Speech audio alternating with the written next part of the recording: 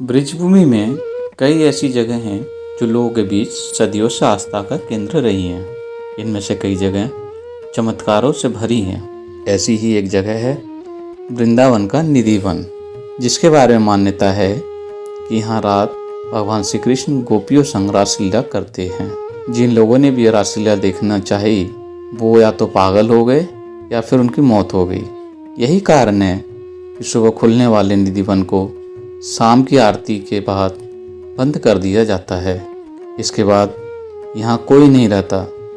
दिन में निधि वन में कोलाहट करने वाले पशु पक्षी भी संध्या होते ही निधि वन को छोड़कर चले जाते हैं। निधि वन में एक महल है, रंग महल। इसकी छत के नीचे ही श्री कृष्ण एवं गोपियों के लिए शाम को भोग रखा जाता है, जो सुबह होने पर दिखाई नहीं देता। ऐसा कहा जाता है कि कान्हा निशानियाँ भी छोड़ जाते हैं। निधि वन के मुख्य गोसाई भीखचंद्र गोस्वामी के अनुसार यह तो शास्त्रों में भी वर्णित है कि द्वापर युग में भगवान श्री कृष्ण ने शरद पूर्णिमा की रात में ही गोपियों के साथ रासलीला की थी। किंतु निधि वन के बारे में मान्यताएं रही हैं कि रोज रात श्री कृष्ण गोपियों के साथ रासलीला रचाते हैं। शरद पूर्णिमा की रात निधि वन में प्रवेश पूरी तरह वर्जित रहता है। दिन में श्रद्धालु प्रवेश कर सकते हैं, कोई रोक नहीं है, मगर शाम होते ही निधि वन को खाली करा दिया जाता है। ऐसा सिर्फ निधि वन ही नहीं बल्कि थोड़ी दूर स्थित सेवा कुंज में भी होता है।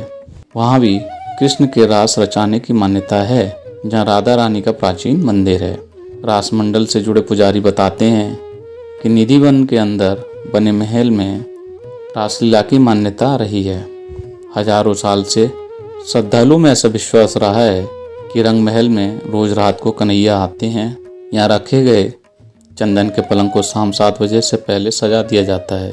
पलंग के बगल में एक लोटा पानी, राधा जी के श्रृंगार का सामान और दातुन संगपान रख दिया जाता है। सुबह देखते हैं तो लोटा खाली मिलता है, पान भी नहीं मिल पाता। ऐसा कहा जाता है करीब 1.5 दशक पहले संत राम नामक एक राधा कृष्ण का भक्त था, जो जयपुर से वृंदावन आया था। उसने निधि वन के बारे में सुना था। हरि के भक्ति में इतना खो गया कि उसने रात में कान्हा की रासलीला देखने की ठान ली। वह चुपके से निधि वन में छिप कर बैठ गया, मगर सुबह जब मंदिर के पट खुले तो बेहोश पड़ा मिला। जब उसे होश आया तो लोगों ने देखा कि वो अपना मानसिक संतुलन खो चुका था। इससे पहले यहाँ कुछ लोगों की मृत्यु हो जाने की बात भी बताई जाती है। निधि वन एक वन जैसा ही है, जिसमें तुलसी और मेहंदी के पेड़ ज़्यादा हैं। ये सामान्य तुलसी के पौधों से एकदम अलग हैं, आकार में बड़े हैं और साथ ही इन पेड़ों की शाखाएं जमीन की ओर आती हैं।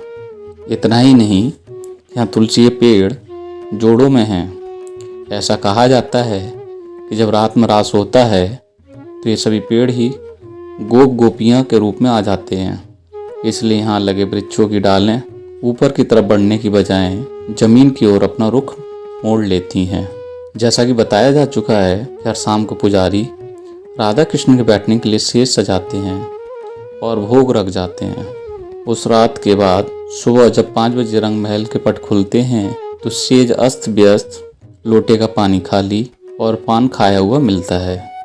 कि रात के समय जब कान्हा यहाँ आते हैं तो राधा जी रंग महल में श्रृंगार करती हैं, जबकि कान्हा चंदन के पलंग पर आराम करते हैं। फिर गोप गोपियों के संग दोनों रंग महल के पास बने रास मंडल में रास रचाते हैं। अगर आपको ये वीडियो पसंद आया है तो चैनल को लाइक और सब्सक्राइब करें, और हाँ, वीडियो को शेयर करना बिल्कुल ना भूलें।